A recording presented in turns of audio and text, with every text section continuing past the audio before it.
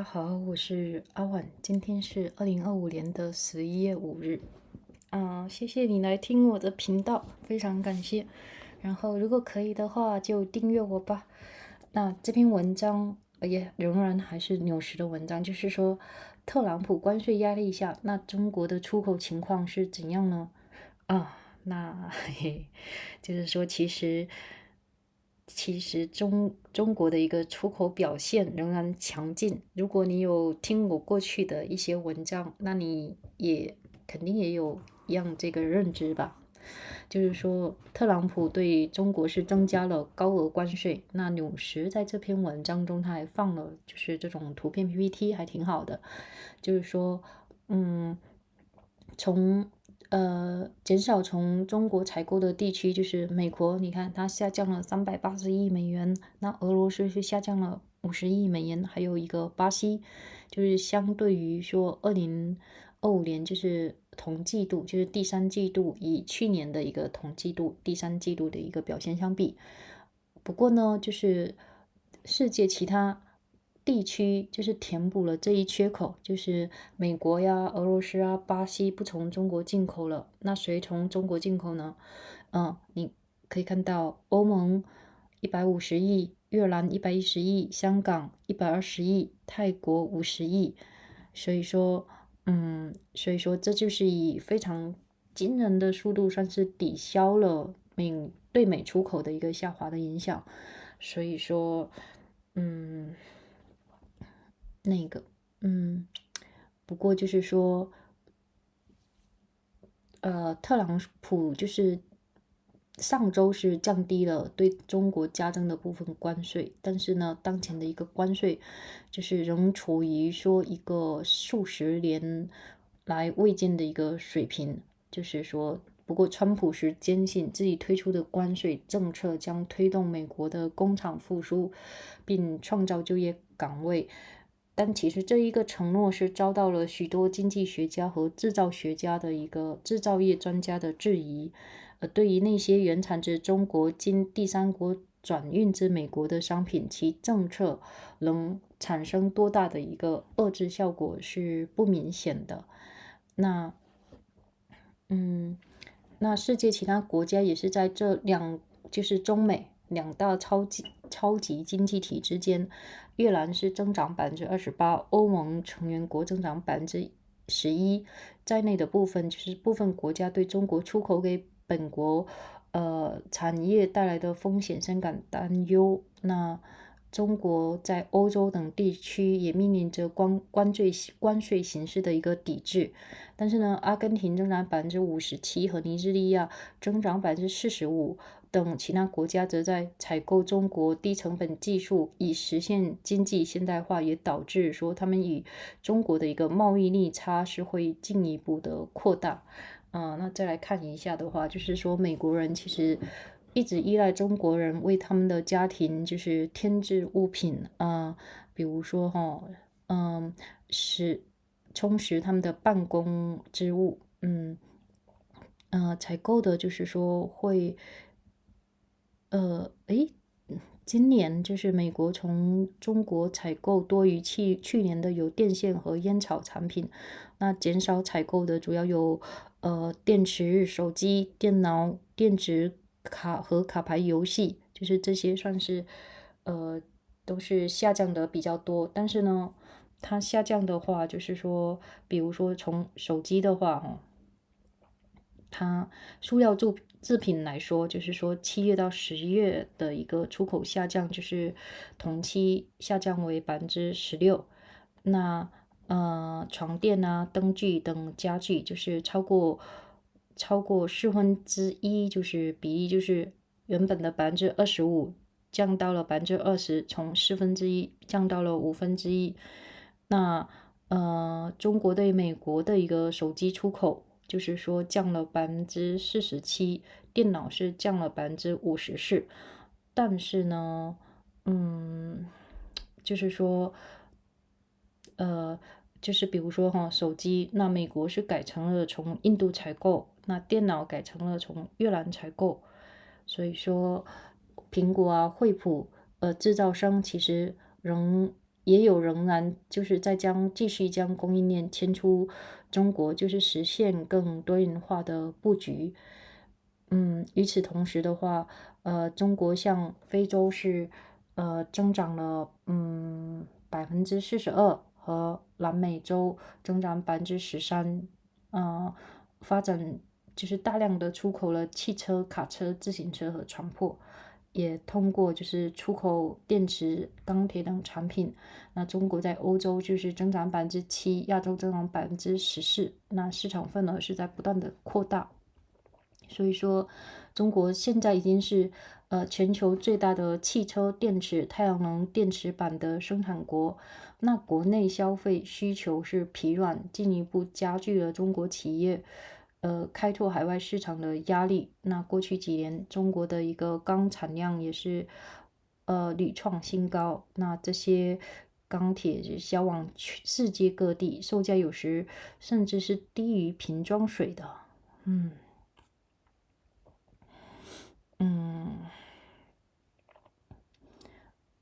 所以说，嘿嘿，我有点口头禅了，我应该剪掉。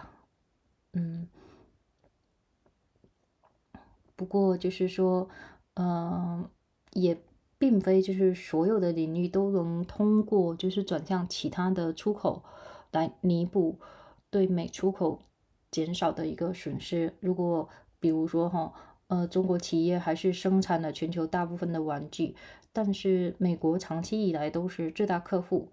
今年夏季，中国的电子游戏主机、化妆服饰和桌游等产品的出口较去年就是减少了35亿美元。那这主要是对美的一个出货量的一个锐减。那特朗普也是在谈判中就是施压其他的国家，包括就是特别是那个亚洲国家，抵制中国转口贸易的成效，就是还有待进一步观察。所以说在川普的第一任期内，就是大家就是用这种规避手段，所以说削弱了其对华贸易措施的一个效果。不过呢，就是说美国消费者他们也没办法说立马就原地就开厂，然后就各种干活，然后自供自给，所以他也只能是从亚洲或者其他地区去采购更多的商品。那9月份的时候，泰国对美的一个出口增长33%，台湾对美的一个出口增长是51%，新加坡对美的一个出口增长是13%。那中国出口格局的转变是一场预计将持续且充满不确定性转型的一部分。特朗普上周表示说，对华的一个整体关税从55%降到45%，这个举措多少还是能稳定一些中国的一个对美出口。那尽管特朗普政府就是跟中国达成了为期1年的一个贸易休战协议，但他其实还仍然在考虑对制药无人机等中国主导的行业加征关税，那并誓言要让美国摆脱对中国关键矿产的依赖。特朗普的任期还有3年多，他重塑贸易格局的行动也不会就此结束吧。接下来的话，大家还是一起来感受一下英文原文。World trade wars, China's export juggernaut marches on. As President Trump has imposed the tariff on China, American importers are buying much less, but the rest of the world is making up the difference, buying more from China than ever. China has offset the decline from America with breathtaking speed. Shipments to other parts of the world have surged this year, demonstrating that China's manufacturing dominance will not be easier so. Chinese exports are on track to reach another record this year. That's because China was prepared. It has been seeking out new customers for years, and its massive manufacturing investment allows it to sell goods at low price. They should not be surprised that China is able to find markets outside of their advanced economies, said Mary Loveday, a senior fellow at the Peterson Institute for International Economies. Last week, Mr. Trump reduced the tariff he imposed on China, though they remain at height not seen in decades. He insists that his tariff will force a revival of American factories and create jobs, a pledge that is contested by many economists and manufacturing experts.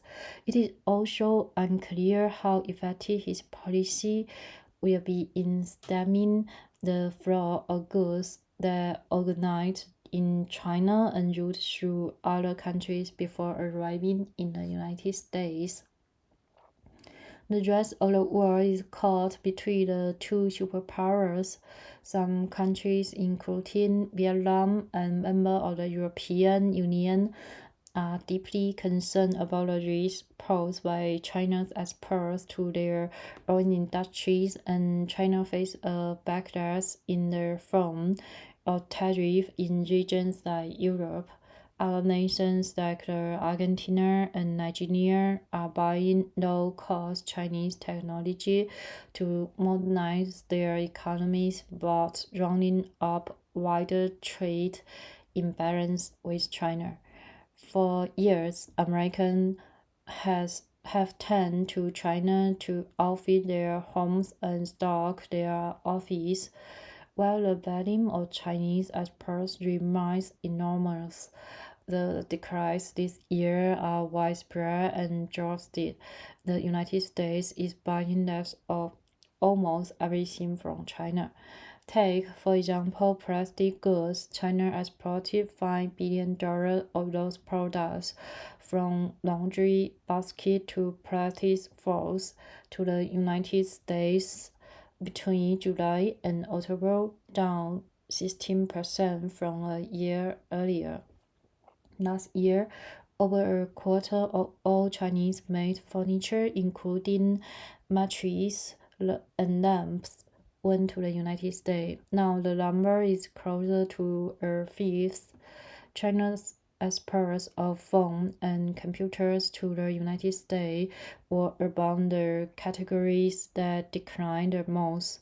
Mr. Trump expected such consumer electronics from most of his tariffs this year, but Apple, Hewlett Packard, and other manufacturers have continued to diversify their supply chains outside China. The United States now gets most of its smartphones from India and its laptop computers from Vietnam, according to the latest US government data. Meanwhile, China is flooding developing economies in Africa and South Africa with cars, trucks, bikes, and ships. It is expanding in Europe and Asia by shipping batteries and iron products. After decades of top-down priorities established by Beijing's industry policies, China has become the world leading producer of cars, batteries, and solar panels. Struggling consumer demand in its domestic economy has put even more pressure on Chinese companies to find new businesses abroad. China also produced record amounts of steel over the past few years. This is now sold across the world at prices sometimes cheaper than bottled water. Many African countries bought few of these items from China before this year. China sold only about 100 electric cars to Nigeria 2 years ago. This year, it has already sold thousands. Solar panel shipments to Algeria stars for far this year is already nearly 4 times that of all of last year. China's growing exports to Africa come as Mr. Trump has pulled back aid to the continent. Chinese companies are sacrificing profits by selling to Africa at low price, but are in many cases gaining influence. The margins may not be as high, said Ilaria Majukar, a deputy director at the Center for Strategic and International Studies, but for those markets, it's entirely transformations not to have access to this technology at affordable price. There are exceptions to China's ability to successfully make up for lost revenue by selling to American customers and redirecting exports elsewhere. Chinese companies, for example, make most of the world's toys, and the United States has long been its largest customer. Over the summer, China's exports of video game consoles, costumes, and board games fell $3.5 billion over last year, mostly due to a steep decline in shipments to the United States. It remains to be seen how effective Mr. Trump will be pressuring countries, especially those in Asia, to reject rerouted Chinese exports as part of trade negotiations. Those were announced limited the impact of his trade measures with China during his first term. One thing is certain: American consumers are buying more goods from other parts of Asia. In September, Thailand's exports to the United States rose by 33%. Taiwan's exports also grew by 51% and Singapore's by 13%. The shifts in China exports are part of what is expected to be a continuing and unpredictable transformation. Mr. Trump's tariff reduction last week, which he said lowered overall tariff on China to about 45% from about 55%, could stabilize China's exports to the United States, said Garrett DePipo, Associate Director of the RAND China Research Center. But despite agreeing to a one-year trade truce with China, Mr. Trump is considering whether to impose additional tariffs on industries dominated by China, such as pharmaceuticals and drones. He is vowing to weak American off its reliance on China for some critical minerals. With more than 3 years left in office, Mr. Trump's campaign is reshape trade is unlikely to end here. Thanks for your listening. If you haven't subscribed, please subscribe, and thank you. Hoping your life fully with happiness and joys.